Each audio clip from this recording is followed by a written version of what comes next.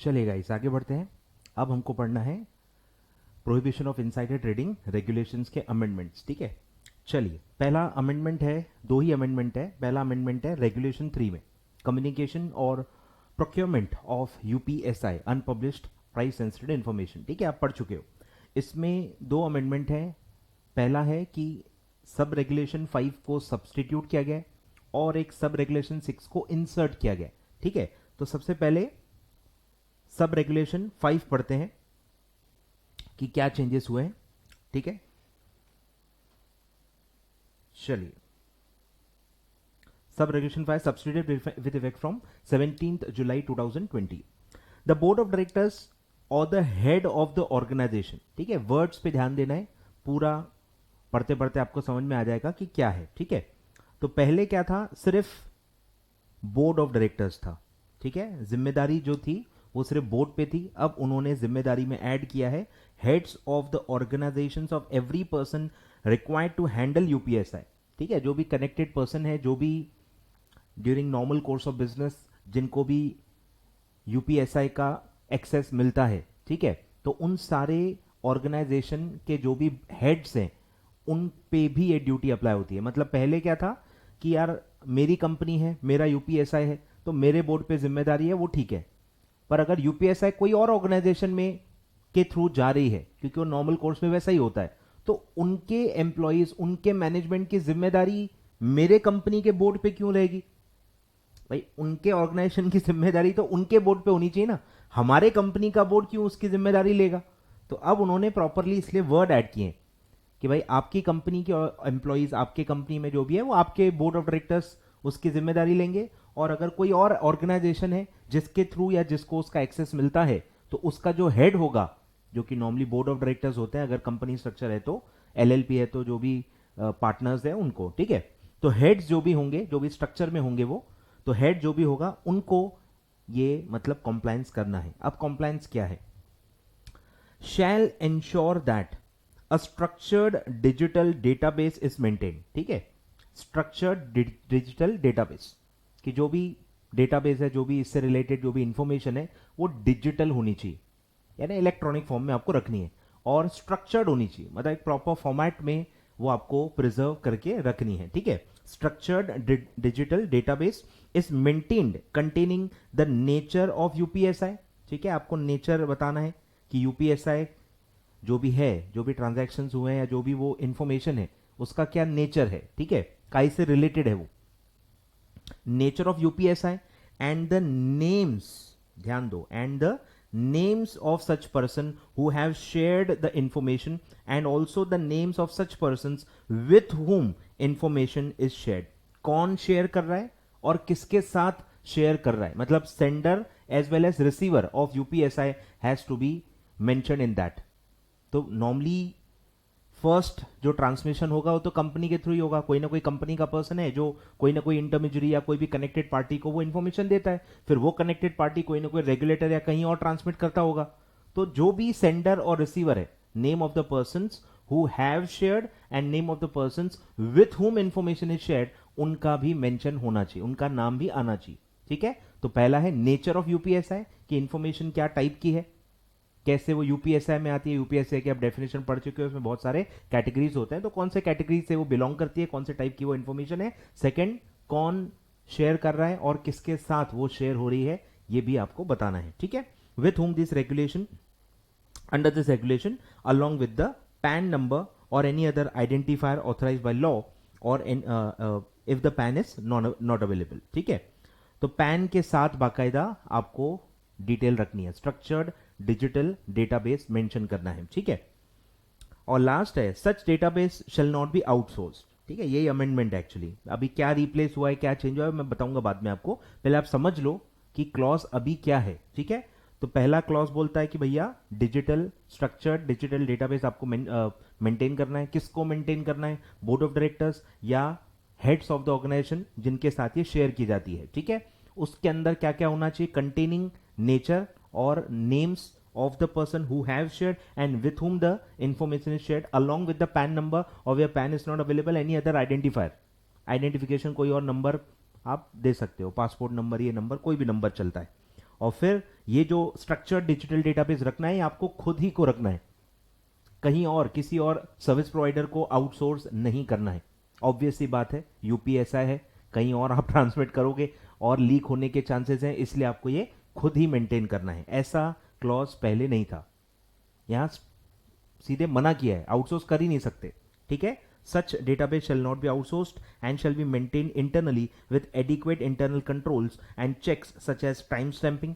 बरोबर, जब भी एंट्री होगी या मॉडिफिकेशन होगा, कोई भी चेंज होगा तो टाइम स्टैंपिंग होनी चाहिए कि कब हुई, and audit trails to ensure the non tampering of the database. Proper audit trail maintain होना चाहिए कि हर चीज क्या हो रहा है, step by step, input output processing, हर चीज ऑडिट ट्रेल में मतलब अवेलेबल होनी चाहिए कि कैसे चीजें एंटर होती हैं, कौन मॉडिफाई कर सकता है, कौन नहीं कर सकता है, पावर्स किसके पास है, कौन उसको एक्सेस कर सकता है, कौन चेंजेस कर सकता है, लॉगिन आईडी पासवर्ड है क्या, लॉगिन आईडी पासवर्ड कहाँ प्रिजर्व होता है, कौन लॉगिन आईडी पासवर्ड बांटता है, कौन बदलता है, कौन मेंटेन करता है, हर चीज इसमें आती है ऑडिट ट्रेल में। ठीक है, तो ये पूरा अभी क्लॉज है। अब पहले क्या था वो हम पढ़ लेते हैं, थोड़ा सा मतलब कंपेयर कर लेते हैं। तो पहले जैसे कि मैंने आपको बताया, हेड्स ऑफ ऑर्गेनाइजेशन का कोई मेंशन नहीं था, मतलब इंसान कोई भी हो, इंफॉर्मेशन कहीं भी हो, सबकी जिम्मेदारी बोर्ड ऑफ डायरेक्टर्स के ऊपर थी। तो ऐसा अब नहीं है, जानकारी जहां है वो रखेगा। ठीक है, तो सबको अपना अपना जो भी इंफॉर्मेशन उनके पास आ रही है, उनके थ्रू जा रही है, उनको अपना अपना इंफॉर्मेशन रखना है। ठीक है, तो पहले सिर्फ बोर्ड था, अभी हेड्स ऑफ ऑर्गेनाइजेशन वर्ड भी ऐड कर दिया गया है। तो इसमें सेम ही है, देखो कहीं भी देखो इसमें नेचर ऑफ इंफॉर्मेशन के लिए नहीं था, अभी जैसे नेचर ऑफ इंफॉर्मेशन भी बताना है, नेचर ऑफ यूपीएसआई पहले नहीं था, पहले सिर्फ क्या था, containing names with whom is shared. ठीक है, नेम ऑफ सच पर्सन और एंटिटीज ऐसे केस में भी with whom the information shared under this regulation along with pan number. ठीक है, बस कौन शेयर कर रहा है वो उसका कहीं नहीं था, नेचर ऑफ यूपीएसआई भी नहीं था, तो अब नेचर भी बताना है, कौन शेयर कर रहा है वो भी बताना है, किसके साथ शेयर हो रहा है वो तो पहले से ही था। ठीक है, फिर such database is maintain with adequate internal control, time stamping, non tramping, ये सब था। आउटसोर्स करने के लिए कहीं मना नहीं किया हुआ था, और इंटरनली ही मेंटेन करना है ऐसा कहीं मेंशन नहीं था। अब उन्होंने स्पेसिफिकली बोल दिया कि आप आउटसोर्स नहीं कर सकते, इंटरनली ही मेंटेन करना है। ठीक है, तो ये दो तीन ऐसे चेंजेस किए हैं सब्सटीट्यूट करके। आगे बढ़ते हैं, अब एक और इसी से रिलेटेड सब रेगुलेशन ऐड किया है, सब regulation 6 inserted with effect from 17 July 2020। ध्यान दो, द बोर्ड ऑफ डायरेक्टर्स और the heads of organisation of every person required to handle the UPSI. ठीक है, ध्यान दो, heads of organisation required to handle the UPSI, जिनके पास यूपीएसआई आता है नॉर्मल कोर्स ऑफ बिजनेस में, जिसके थ्रू वो ट्रांसमिट होता है, कहीं और पहुंचाना होता है, shall ensure that the structured digital database is preserved. देखो पहले तो प्रिजर्वेशन के लिए था ही नहीं, बस मेंटेन करो, हवा में तीर उन्होंने चला दिया था, मेंटेन कर लो, बना लो, अरे पर प्रिजर्व कब तक करना है, क्या करना है, कुछ भी नहीं बताया था। तो अब उन्होंने होश में आके प्रॉपर बोला है कि प्रिजर्व भी करना है for a period of not less than 8 years, जो कि बहुत नॉर्मल है, कंपनीज एक्ट में भी आपने पढ़ा होगा, 8 years बहुत ही नॉर्मल सी बात है। ठीक है, तो 8 years after the completion of the relevant transactions. ठीक है, जब भी वो ट्रांजेक्शन जिस ईयर से रिलेटेड है उस ईयर के खत्म होने से आगे 8 years। समझ में आ रहा है क्या, जो साल से वो रिलेटेड है वो साल पूरा खत्म होने दो, उस साल का जो 31 मार्च आएगा वहां से आगे के 8 सालों तक आपको उसको प्रिजर्व करना है। और अगर कोई एक पर्टिकुलर ट्रांजैक्शन से रिलेटेड कोई इन्वेस्टिगेशन चल रही है तो फिर जब तक इन्वेस्टिगेशन कंप्लीट नहीं होती तब तक आपको प्रिजर्व करके रखना होगा। ठीक है, वो भी दिया है। And in the event of receipt of any information from board regarding any investigation or enforcement proceedings, the relevant information in the structured digital database shall be preserved till the completion of such proceeding। तो उसमें फिर कोई time limit नहीं, ये wordings add करके मतलब वो क्या कहना चाहते हैं कि फिर कोई टाइम लिमिट नहीं है, जब तक ये इन्वेस्टिगेशन चलेगी तब तक आपको प्रिजर्व करके रखना है, आप उसको डिलीट नहीं कर सकते। अब वो 10 साल चले, 15 साल चले, 4 साल चले, अब 4 साल चला तो whichever is earlier 8 years, sorry whichever is later end of the proceedings or 8 years whichever is later। ठीक है, ऐसा लिख दो आप।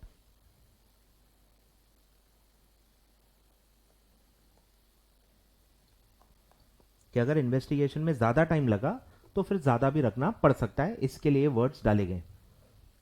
ठीक है, तो ऐसा हल्का सा अमेंडमेंट है, ऐसा हल्का सा अमेंडमेंट है, ठीक है। 3-4 चीज़ें सब रेगुलेशन 5 में ऐड की है और सब रेगुलेशन 6 तो पूरा इंसर्ट किया है और कहा है कि 8 सालों तक आपको प्रिजर्व करना है after the completion of relevant transactions. And अगर कोई इन्वेस्टिगेशन या इन्फोर्समेंट प्रोसीडिंग्स चल रही हैं तो जब तक वो कंप्लीशन नहीं होता प्रोसीडिंग का तब तक आपको उसका relevant data structure digital database जो है मेंटेन करना पड़ेगा, प्रिजर्व करना पड़ेगा, ठीक है।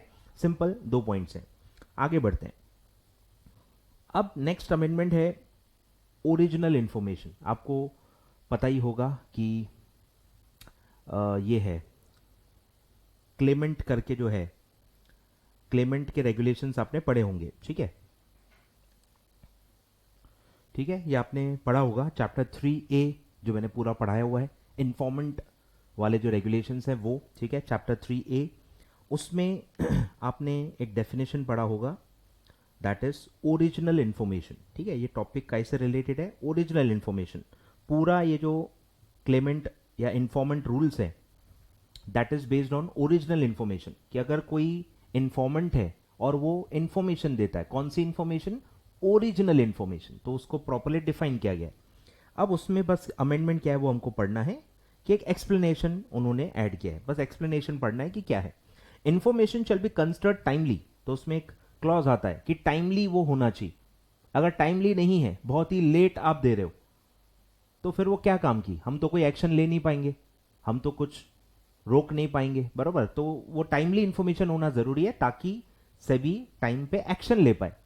तो टाइमली है ये कैसे पता चलेगा, तो उसके लिए वो एक्सप्लेनेशन डाला है, information shall be considered timely only if, ठीक है, रेस्ट्रिक्टिव है, ओनली इफ, अगर ये क्राइटेरिया फुलफिल होता है तो ही टाइमली माना जाएगा। मतलब स्ट्रिक्ट इंटरप्रिटेशन है, लूज इंटरप्रिटेशन नहीं ले सकते, ओनली इफ लिखा है। Only if, as on the date of receipt of duly completed VID, voluntary information disclosure form, by the board, a period of not more than मतलब maximum limit दी है, not more than 3 years have elapsed since the date on which the first alleged trade constituting the violation of insider trading laws was executed। तो सबसे पहला जो alleged violation था उसमें, और जब आप ये कंप्लीट वीआईडी फॉर्म फाइल कर रहे हो, इसमें 3 साल से ज्यादा का समय नहीं होना चाहिए, इसमें 3 साल से ज्यादा का टाइम गैप नहीं होना चाहिए। तो 3 साल से कम का गैप है अगर within 3 years of first alleged trade, जिससे वायोलेशन स्टार्ट होता है, फर्स्ट अलीज्ड जो वायोलेशन है उसके अगर विद इन 3 years आप बता रहे हो तो वो टाइमली है ऐसा माना जाएगा। अगर 3 years से ज्यादा हो चुका है तो ये टाइमली इंफॉर्मेशन नहीं होगी, नहीं मानी जाएगी, ठीक है। तो ये इंसर्ट किया गया है विद इफेक्ट फ्रॉम 29 अक्टूबर 2020, ठीक है। तो एक क्लैरिफिकेशन दिया कि टाइमली का मतलब क्या है, तो भाई जो फर्स्ट अलीज्ड वायोलेशन हुआ वहां से फॉर्म भरने तक, date of receipt of VID form में नॉट मोर देन 3 years का अगर गैप है, मतलब 3 साल से कम का गैप है, तो वो टाइमली है ऐसा माना जाएगा, ठीक है।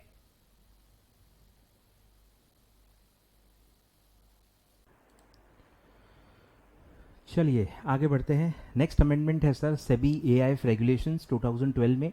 2 ही अमेंडमेंट्स हैं, फटाफट पढ़ लेते हैं। पहला अमेंडमेंट है रेगुलेशन 4 में, that deals with eligibility criteria.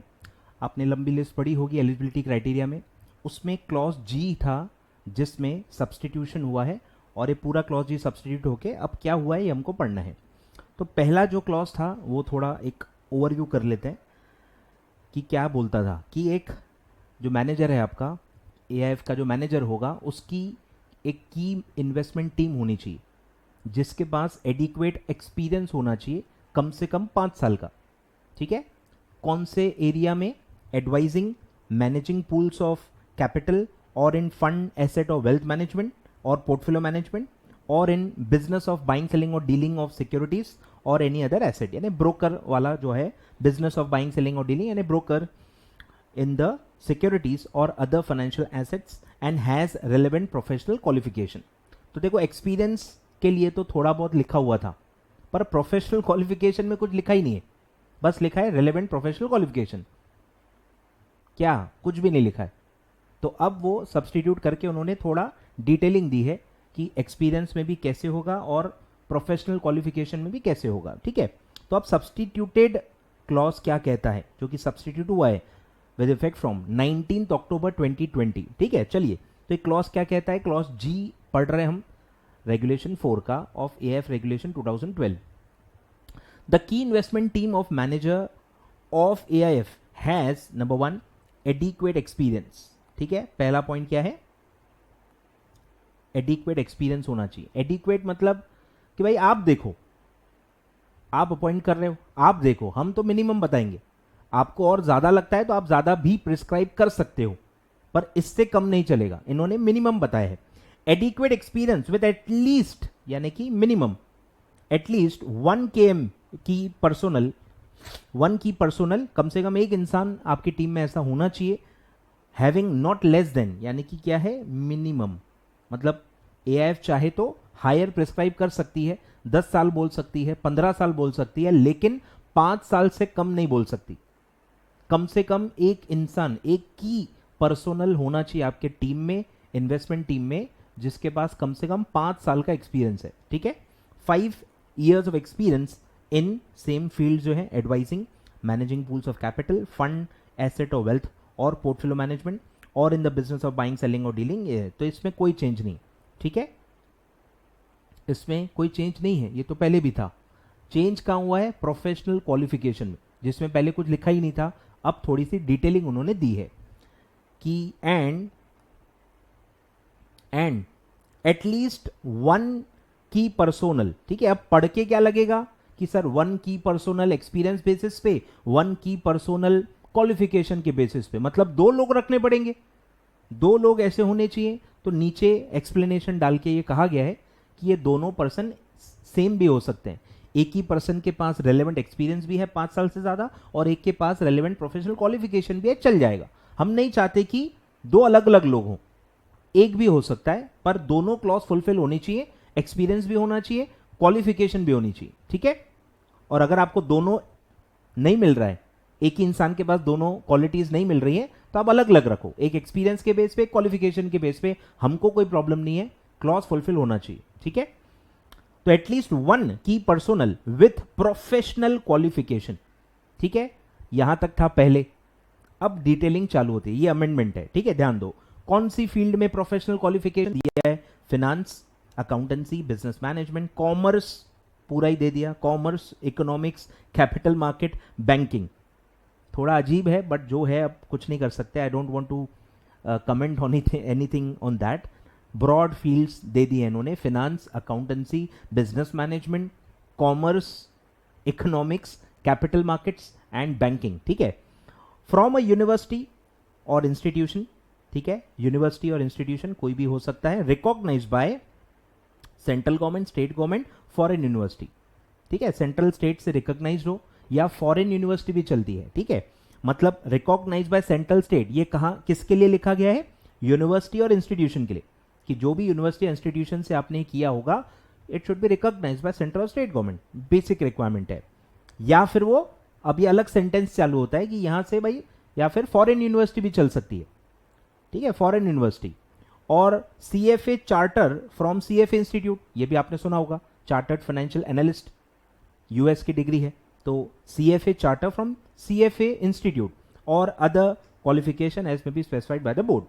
तो ये डिटेलिंग ऐड की है। ठीक है, तो डिटेलिंग क्या है कि भैया फील्ड दी है, कौन कौन से फील्ड में आपका क्वालिफिकेशन होना चाहिए, प्रोफेशनल क्वालिफिकेशन होना चाहिए, और कौन से यूनिवर्सिटी से होना चाहिए। ठीक है, और फॉरेन यूनिवर्सिटी भी चलती है, सीएफए चार्टर यानी सीएफए का भी कोर्स आपने किया है तो वो भी चलता है। ठीक है, तो ये डिटेलिंग इन्होंने ऐड की है, और फिर क्लैरिफाई किया है कि क्या 2 अलग अलग लोग रखने पड़ेंगे? क्या वो एक ही इंसान नहीं हो सकता?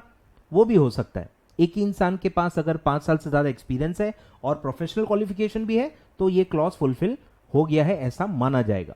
Provided the requirements of experience and professional qualification as specified in clause 1 and 2, sub clause 1 and sub clause 2 may also be fulfilled by same key personnel। एक ही इंसान दोनों क्लॉज फुलफिल कर सकता है, कोई प्रॉब्लम नहीं है, 2 अलग अलग लोग रखने की जरूरत नहीं है, सिंगल पर्सन भी दोनों क्वालिफाई करता है तो भी चल जाएगा।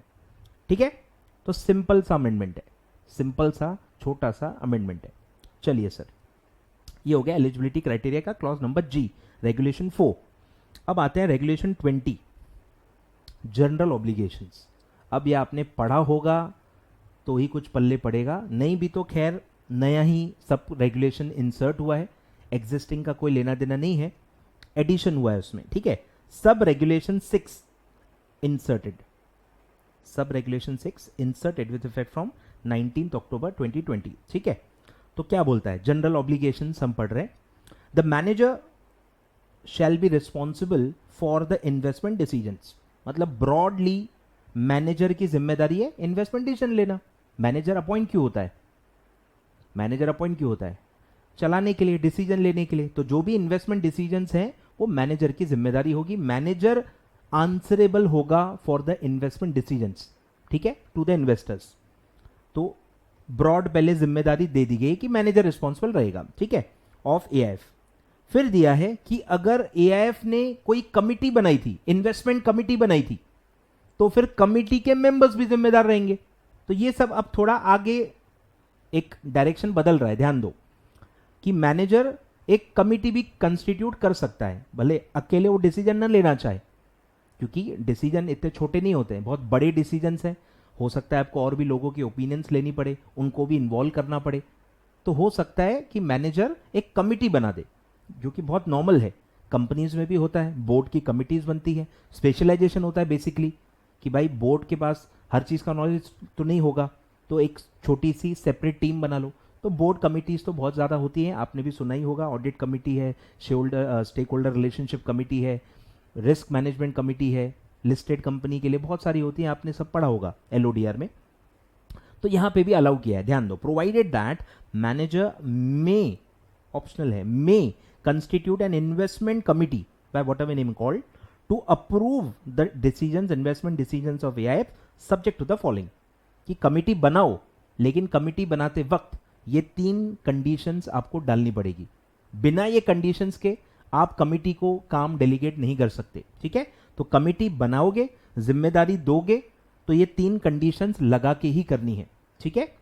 Members of the investment committee shall be equally responsible as the manager, मतलब रिस्पॉन्सिबिलिटी उनको शेयर करनी पड़ेगी। ऐसा नहीं कि हम कोई पढ़े लिखे लोग हैं, हम बस अपनी ओपिनियन देंगे या हेल्प करेंगे और निकल जाएंगे, ऐसा नहीं है। जितनी जिम्मेदारी मैनेजर की है, एग्जैक्टली उतनी जिम्मेदारी मेंबर्स की भी होगी। They have to share the responsibility. आए ख्याल में? तो ये है, तो इक्वल रिस्पॉन्सिबिलिटी होगी। तो ऐसा भी नहीं है कि मैनेजर निकल जाएगा, चलो मैंने तो कमिटी बना ली, वो सब देखेंगे, मेरी रिस्पॉन्सिबिलिटी खत्म हो गई, ऐसा भी नहीं है। पूरी जिम्मेदारी मैनेजर की भी नहीं है, पूरी जिम्मेदारी मेंबर्स की भी नहीं है, सबकी जिम्मेदारी रहेगी, सबकी इक्वल रिस्पॉन्सिबिलिटी रहेगी फॉर इन्वेस्टमेंट डिसीजंस, ठीक है। तो members shall be equally responsible as the manager for investment decisions of AIF. Second condition, manager and members shall jointly and severally ensure that the investments of AIF are in compliance with the provisions of this regulation, ठीक है। compliance of law ये भी इनकी जिम्मेदारी है। तो members और manager दोनों को jointly and severally, ये तो वर्ड्स आपने बहुत बार सुने ही होंगे, इंडिविजुअली भी उनको इंश्योर करना है, और ये उनकी जॉइंट रिस्पॉन्सिबिलिटी भी है कि वो ये देखें कि इन्वेस्टमेंट करते वक्त, क्योंकि इन्वेस्टमेंट रेस्ट्रिक्शंस भी होती हैं, वो इन्वेस्टमेंट रेस्ट्रिक्शन जो इस रेगुलेशन में दी है वो आपको फॉलो करनी है, ठीक है। तो वो है the terms of placement memorandum agreement made with the investor और any other fund documents and any other applicable law. तो इन्वेस्टिंग से रिलेटेड जहां भी जो भी कंडीशंस हैं वो मैनेजर और मेंबर्स दोनों की जिम्मेदारी है जॉइंटली एंड सेवरली कि इंश्योर करना कि वो सारी फुलफिल हो, कोई भी वायोलेशन नहीं होना चाहिए regarding investment. Third is external members. अब ध्यान दो, एक्सटर्नल मेंबर्स क्यों लिखा गया है कि आप एक स्कीम ला रहे हो, आपने उसका प्लेसमेंट मेमोरेंडम डाल दिया, तो आपने कुछ तो एक टीम का नाम दे दिया होगा। जब आप इंफॉर्मेशन मेमोरेंडम देते हो, प्लेसमेंट मेमोरेंडम देते हो, या जब भी पैसा रेस करते हो, तो आप बताओगे नहीं क्या कि मैनेजर कौन है, या कमिटी बनाई हुई है तो कमिटी के मेंबर्स कौन है, तो आपने कुछ तो बता दिया है।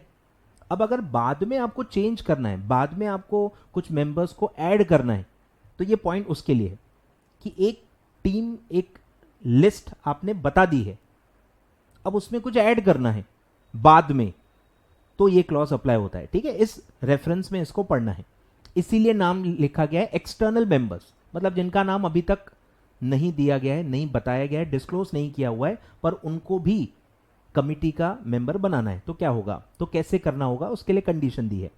External member whose name are not disclosed, लिखा हुआ है whose names are not disclosed, इसीलिए उनको नाम दिया गया एक्सटर्नल मेंबर। आ रहा है को समझ में? एक्सटर्नल वर्ड क्यों है? क्योंकि उनका नाम डिस्क्लोज नहीं है। Not disclose in the placement memorandum और agreement made with the investor, directly कोई बड़े इन्वेस्टर के साथ आपने एग्रीमेंट किया है, और any other fund document at the time of on boarding of investor. ठीक है, जब आपने पैसा लिया या जब आपने स्कीम लॉन्च की, जो भी वो इवेंट हुआ जिससे आपने पैसे ले लिए हैं, पैसे लेते वक्त प्लेसमेंट मेमोरेंडम दिया होगा, कुछ तो डिस्क्लोजर डॉक्यूमेंट दिया होगा ना, तो प्लेसमेंट मेमोरेंडम दिया था, उसमें कुछ टीम के मेंबर के नाम थे, और अब आपको उसमें कुछ एडिशन करना है। पैसे ले चुके हैं अपन, नॉर्मल रूल क्या है, पैसे लेते वक्त सब बताना पड़ता है, पैसे लेने के बाद आप चेंजेस नहीं कर सकते, तो ये अलाउ किया है कि आप मेंबर्स ऐड कर सकते हो। कंडीशन क्या है, shall be appointed to the investment committee only, मतलब बहुत रेस्ट्रिक्टिव क्लॉज है, ये फुलफिल करोगे तो ही वो अलाउ करेंगे एक्सटर्नल मेंबर को कमिटी में ऐड करने के लिए, only with the consent of at least 75%, 75%, 3/4 majority आपको लगेगी of the investors by value of their investment in the AIF और द स्कीम। आए ख्याल में? सिंपल पॉइंट है कि मैंने एक स्कीम लॉन्च की, 100 करोड़ की स्कीम लॉन्च की, प्लेसमेंट मेमोरेंडम भी दे दिया, सब ले लिया, पैसे भी ले लिए, अब मैं इन्वेस्टमेंट कमिटी में मेंबर ऐड करना चाहता हूं, जो मैंने पहले बताया ही नहीं, तो अब मुझे वो 100 करोड़ का जो मैंने फंड लिया है उसमें से 75% बाय वैल्यू यानी 75 करोड़ रुपीस ऑफ होल्डर्स से मुझे कंसेंट लेना होगा। बिना उनके कंसेंट के मैं टीम में नया मेंबर ऐड नहीं कर सकता, क्योंकि पैसा उनका है और उनको नहीं बताया गया है। कुछ समझ में आ रहा है? 100 करोड़ ले लिया, उनको नाम आपने कुछ और बताया, अब उसमें आपको नाम ऐड करना है, तो आप ऐसे इतने आसानी से नहीं कर सकते। 3/4 यानी कि 75% बाय वैल्यू जितने भी इन्वेस्टर्स हैं उनका पहले कंसेंट लो, उसके बाद आप मेंबर ऐड कर सकते हो कमिटी में फॉर इन्वेस्टमेंट कमिटी। ठीक है, सिंपल है। चलिए, और फिर है वही एनी अदर कंडीशन जो बाद में बोर्ड बताएगा। यानी 3 कंडीशन है बेसिकली। पहले बोलते हैं कि भाई मैनेजर जिम्मेदार रहेगा, फिर बोलते हैं मैनेजर ने अगर कमिटी बनाई है तो उसको कंडीशन लगानी पड़ेगी। पहला है कि सारे मेंबर्स इक्वली रिस्पॉन्सिबल होंगे जैसे मैनेजर है, फिर मैनेजर और मेंबर्स का ये जॉइंट एंड सेवरल रिस्पॉन्सिबिलिटी है कि वो देखें कि सारे लॉ कॉम्प्लाई हो जो भी इससे एप्लीकेबल होंगे इन्वेस्टमेंट से रिलेटेड, और फिर कि अगर एक्सटर्नल मेंबर आपको ऐड करना है जो आपने पहले डिस्क्लोज नहीं किया था, वो तो आप तभी कर पाओगे जब आप 75% बाय वैल्यू इन्वेस्टर्स का कंसेंट लोगे। सिंपल छोटा सा अमेंडमेंट है। ठीक है, तो ये 2 अमेंडमेंट्स हैं एआईएफ रेगुलेशंस में। ठीक है,